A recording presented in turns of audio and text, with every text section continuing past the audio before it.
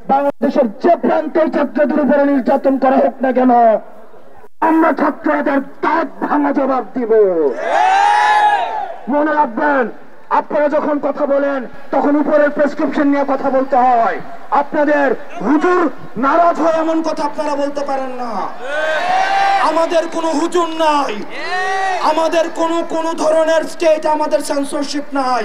আমাদের একমাত্র সেন্সরশিপ নৈতিকতা, আমাদের একমাত্র সেন্সরশিপ রাইট এবং রং, আমাদের একমাত্র সেন্সরশিপ হোয়াইট এবং ব্ল্যাক, আমাদের একমাত্র সেন্সরশিপ হচ্ছে আপস এন্ড ডাউনস। আমরা কারো মুখাপেক্ষী নয়, আমরা নৈতিকতার মুখাপেক্ষী।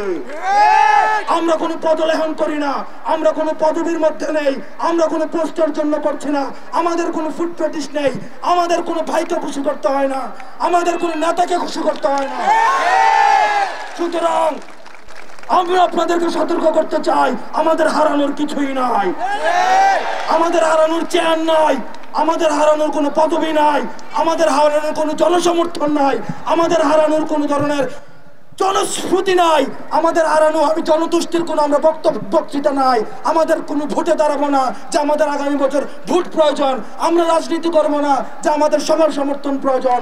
আমাদের শুধু যেটি রয়েছে, আমরা একটি চাকরির নিশ্চয়তা চাই, আমরা একটি মেধাবৃত্তির বাংলাদেশের নিশ্চয়তা চাই। আমাদের আন্দোলনকে আপনারা যারা বারবার নিন্দিত করতে চাচ্ছেন, আমাদেরকে যারা আপনারা ব্লেম দিতে চাচ্ছেন, ট্যাগ দিতে চাচ্ছেন, আপনারা বিবেক বর্গা দেওয়ার টেক্সট বুক এক্সাম্পল হিসেবে বাংলাদেশে সবসময় বিবেচিত হবেন। টেকনাফ থেকে তেতুলিয়া, রূপসা থেকে পাথুরিয়া, যতগুলো শিক্ষা